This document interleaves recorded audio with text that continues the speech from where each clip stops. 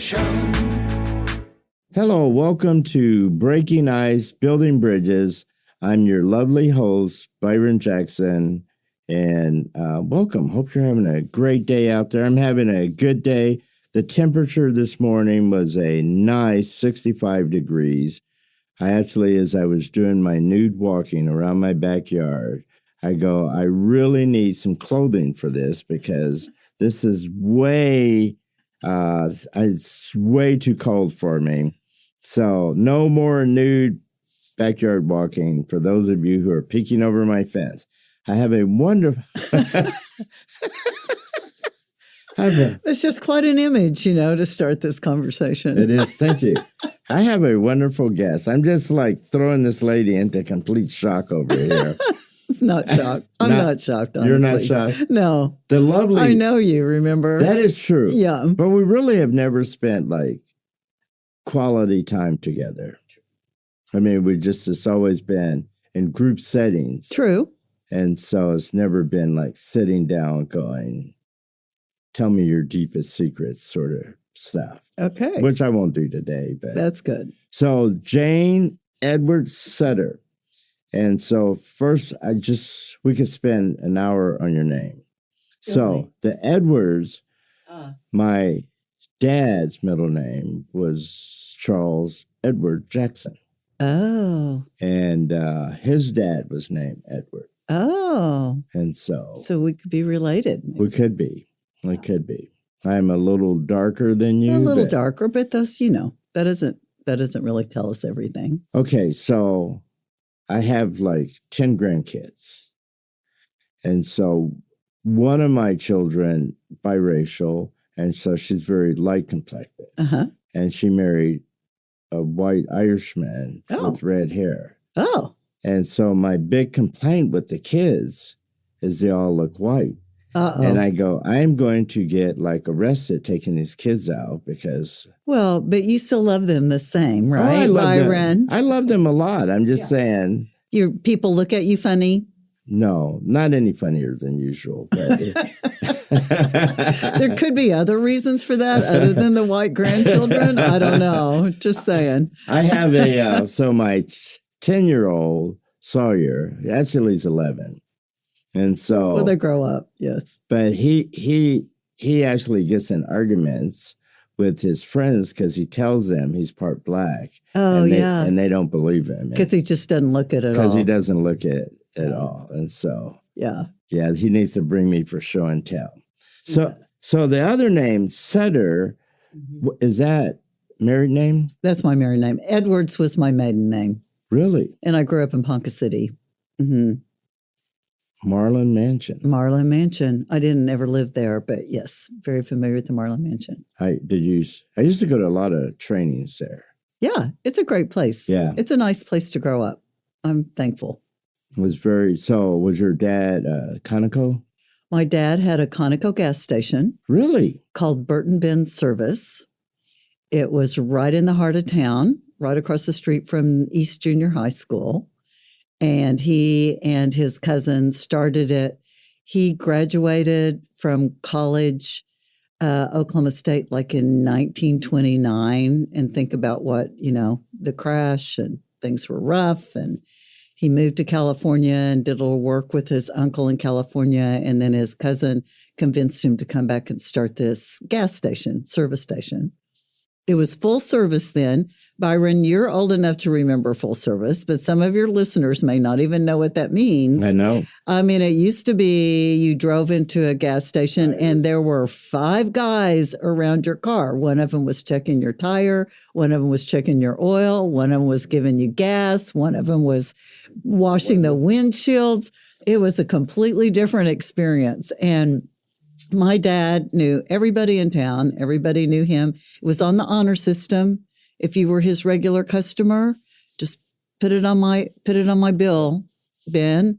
At the end of the month, my mom would sit there in front of the TV making out statements to send out to people how much they owed for their gas for the month. It was a completely different world. But he was a great man that really took care of people in the community.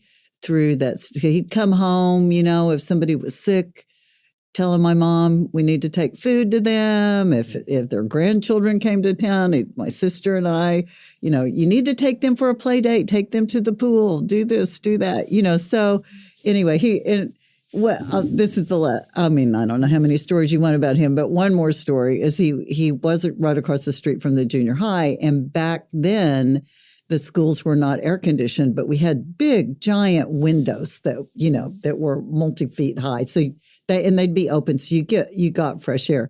Well, my dad had quite a sneeze, and it never just happened once. It would usually happen 6 or 7 times, and it was really loud. So we could go. My friends and I would go to the window and say, "Bless you, Ben," after we heard him sneeze. And I had a home economics teacher that was not too crazy about that habit that we had. And she would get really irritated, but I don't care. You didn't care? I didn't care. No. That is a nice story. So you followed suit. Did you go to OSU too? Yes. I was I'm the fourth, the youngest child. So there were 2, my brothers were born before World War II, and then my sister and I were born after World War II. Same parents, different. So my oldest brother's 15 years older than I am. And none of the other 3 went to different places, Park College, Westminster. My sister went to OU. And my dad loved Oklahoma State. And so I even had a little scholarship to OU, but he really wanted me to go to OSU. So that's where I went. And I'm glad. It was a great place for me. It's a great place. So you went, when did you graduate? In 75, undergrad. And then I got married, lived in Tulsa for a year. My husband decided he wanted to go back to graduate school, so we went back, and I got a master's in education, thinking I might. My undergrad was in journalism, and so I got a master's in education because he was always, doing his school stuff anyway, and I thought I might teach journalism someday, but I didn't really. And what kind of work did he do? Banker. He's a money guy. Yeah. Yes. Yeah. Thank God. Yeah. Isn't that kind of interesting how your dad ended up like helping people? Yeah. And that ended up being your profession too. Right. And he was very involved in the United Way in Ponca City. And of course, then I ended up being involved with the United Way Partner Agency, as you know. He was very involved in his church. He and my mom taught 6th grade Sunday school for like 40 years or something. So yeah, I learned a lot from him. He was a great role model for me. My mom was good too, but as far as community involvement and community service passion, those really came more from watching my dad. And that was, I'm actually going to have you on another show that I do. So I don't want to ask the same questions. So I'm trying to get my mind clicking. That show is called Ein Sof. So we'll skip that. I won't even talk about that today. But so you started, when did you start working for Boys and Girls Club? Oh, gosh, not until a long time later. Okay. So I worked briefly in Oklahoma City for the Economy Company Publishing Company. And then I went to work for the Association of Central Oklahoma Governments, ACOG. I remember that, ACOG. It's all the cities and towns in the metro area. Hold on a minute. Okay. I'm trying to think of the guy's name, the highway's name. Starts with a Z. Zach Taylor. Yeah. And I remember Zach working. I remember them. Yeah. So, that is far back. So, if we're talking about mentors and bridge builders, he was an amazing mentor and bridge. And I write about him in my book because he influenced the way I do things considerably. So I worked for Zach for 28 years at ACOG. Wow. And then I was there another couple of years after he died. He died real suddenly at 60 years old, heart attack. He'd been to an OU bowl game in Phoenix and came home and died, which was horrible for all of us. And but I had learned so much from him. So it was a couple years later, I was a deputy director of ACOG, and the person that replaced Zach had a very different way of doing things. Yeah. And so I was told to leave. So I did. And I had a conversation with God on my way to lunch that day. And it's like, what am I supposed to do? I've done this for 30 years. And I've helped build, we started 911. I mean, we did some really cool stuff, Zach. And I loved it. And it was fun to work there because it was mayors and council people from all these different cities. So there was, it was a very eclectic group. And that was interesting and fun. And so, but it wasn't fun anymore after Zach died. And so do you want this part now about how this came, how I ended up at the Boys and Girls Club? I actually had a vision and of kids, all different ages, all different colors, running, jumping, laughing, happy. And I mean, just it flashed through my head, right? Like this picture through my head. And I'm in downtown Oklahoma City and I'm looking around and it's like, there are no children there.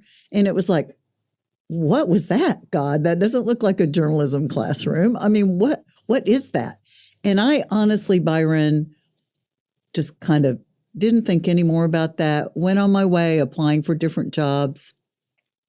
I knew that I wanted to end my career in a nonprofit because the things I'd done, like with Leadership Oklahoma City and the things I'd done in the nonprofit world really fed my spirit. And so I just went on my way and applied for different things. And then I applied for the Boys and Girls Club job. I'm not their first pick. They choose another guy that had worked for Boys and Girls Club in another part of the country, which I understood that. Honestly, I wasn't mad. I was very disappointed, but I understood that. And then they called me 2 weeks later and said he decided not to move to Oklahoma after all. And when I talked to them and blah, blah, blah.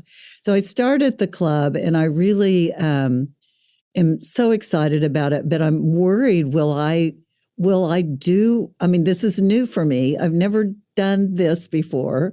Will I do a good enough job? These kids are really depending on it. And we change lives. I mean, we can save their life if we do this right. And so I go out into the lobby of the club and that image happens. The image I'd had in my mind 5 months before is in real life happening before me in the lobby of the Boys and Girls Club. And I still have chills today. And that was in 2011 when I talk about it and I think about it because, wow, what a great thing. No, I'm so grateful for that because I just think that doesn't happen very often. No. Then to take it, because was your building, did you build it from the ground up or was it an abandoned school? Or something? The 36 in Western? Yeah. Oh, they built it. The building had just gotten finished. The big part of the building had just gotten finished when I started. So they built it from the ground up.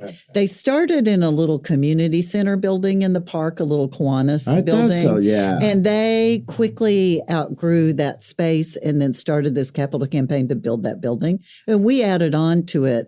After I started, we added a teen center onto it. But no, it was built from scratch and it was a great place. Yeah, it is a great place still. It is a great place. I have relatives that work there. So then you retire and you're staying busy. So then you write this book. So the book is called Hope for America's Youth.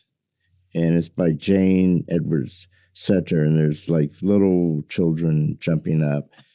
And so I really like this. What made you write this from the viewpoint of instead of telling your own story first, telling the story of the children, and then your story comes in kind of on the back end of, I really like that. That was just really original. And thank you. What made you do that? My son. Okay. So I mean, that's funny that you bring that up, and I will share with him that you brought that up. So my son's name is John Sutter, and he's an accomplished writer. He wrote for CNN for a long time, and now he's doing film, and he's won several awards for things he's written. So he's really good. So I started sharing drafts early on with him, and my first drafts were just story after story after story about the kids. all these different kids. And John said, Mom, you need to put yourself in these stories. You are the connecting tissue to these kids' stories. You are, you're the common thread. You've got to put some of your own story in there. Okay. So I did. But I'm glad I did. I don't regret that at all, because I do feel like it kind of pulls it all together. It actually makes me interested in what happened in your life that perspective of those child's life rang with you, if that makes sense. There's something that happened to them that created a truth in you. And so that was just really interesting. Like, okay, why that story pulling you? Yeah. Versus, because you have like hundreds of kids there. Yeah. So why those 7? I write in detail about 7. Yeah. Well, that's the other advice John gave me really early on when I probably originally started with 20 stories about 20 different kids, but they weren't at the depth. They weren't at the same level as the stories that ended up in the book. And, as CEO, the kids I got to know the best in general were like the youth of the year, the leadership within the club.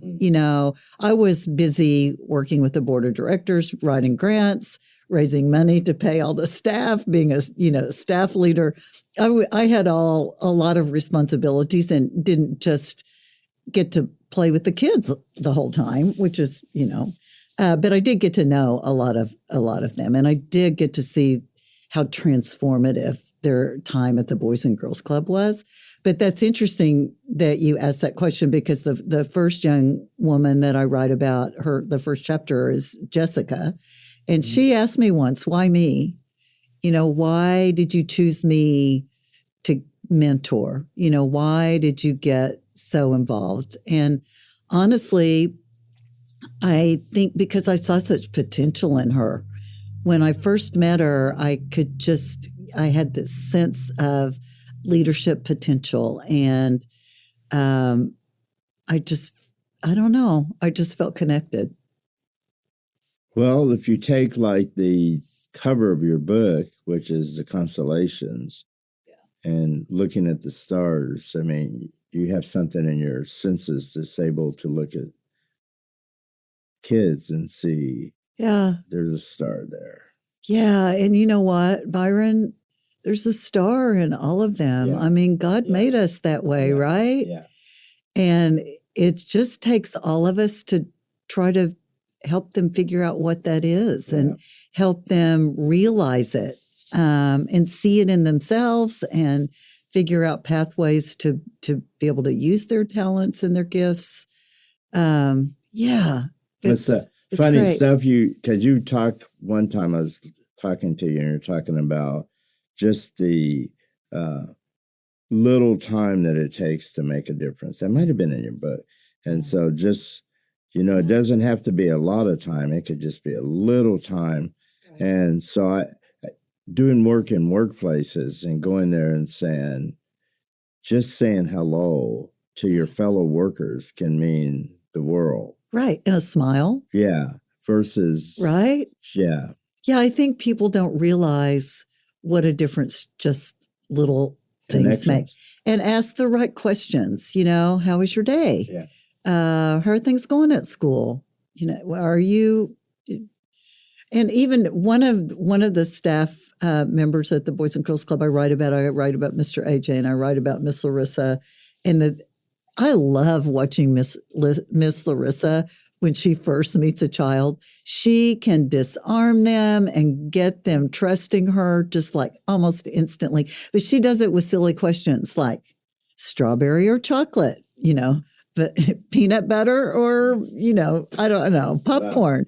Wow. And she has all these fun little questions. And it's just like, I think it disarms them and unnerves them. And they just get connected. I do it in dance moves. Okay. Yeah, people go, what in the hell is he doing? I've seen you dance, Byron. Yes, I get that. What is that happening over there? And it brings a smile, right? It brings a smile. It brings a smile. Our time is like over. See how quick this It is? Yes. Oh, It I goes enjoy very talking to quickly, you. doesn't it? yeah.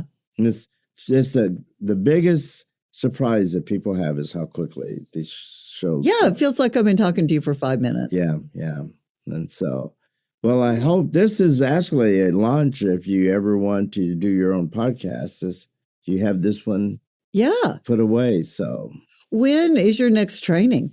let me get off the air first of all. Then I could. Oh, we're answer not that off the question. air We're yet? not off the air. Oh, sorry, This has Santiago. been Breaking Ice, Building Bridges, and we've been rambling, but we've had a good time. Jane, thank you so much. Jane Edwards Sutter. Thank you, Byron, for having me. I'd love to Byron, come back. You're be coming back to Ein Sof soon. Okay. I'll look forward to that. Thank you. This is a lovely bald-headed Byron. Have a good night, day, morning. Bye-bye. Connecting a community through conversation. Breaking Ice, Building Bridges is the Possibilities community podcast platform. Thanks for tuning in.